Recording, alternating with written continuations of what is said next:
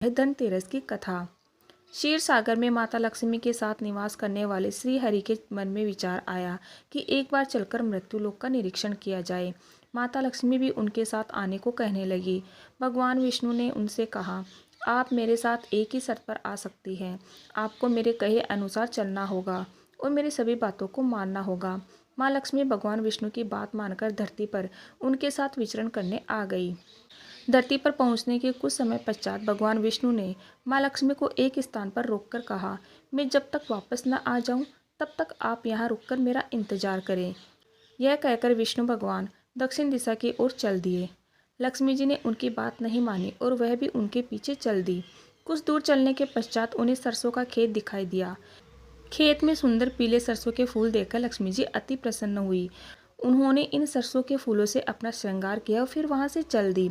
आगे चलने पर उन्हें गन्ने का खेत मिला। पक्के तैयार गन्ने को देखकर माँ लक्ष्मी जी से रहा नहीं गया और फिर वह गन्ने के खेत में रुककर गन्ना चूसने लगी। अपनी आज्ञा का उल्लंघन देखकर भगवान विष्णु को माता लक्ष्मी पर क्रोध आ गया।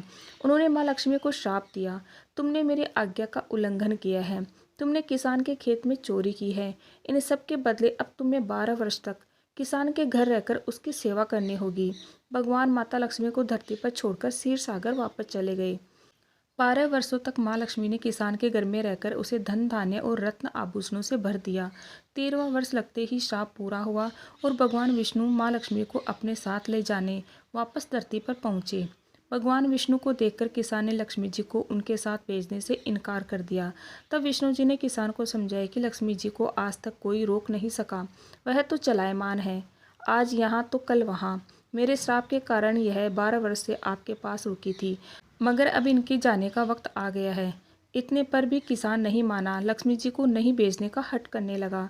तब लक्ष्मी जी को एक उपाय सूझा। उन्होंने कहा, मैं जैसा कहूँ आपको वैसा करना होगा। फिर लक्ष्मी जी ने बताया, कल तेरस है, तुम अपने घर साफ सफाई करके उसे लीप पोत कर स्वच्छ करना। शाम की बेला में घी के दीपक जलाकर मेरी पूजा करना। तांबे के एक कलश में सिक्के भरकर मेरे लिए रखना।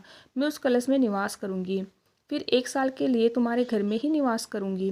किसान ने ऐसा ही किया और उसका घर भी धन धान्य से संपन्न हो गया। तब से हर वर्ष कार्तिक मास के कृष्ण पक्ष की तेरस को धनतेरस की तरह मनाया जाता है।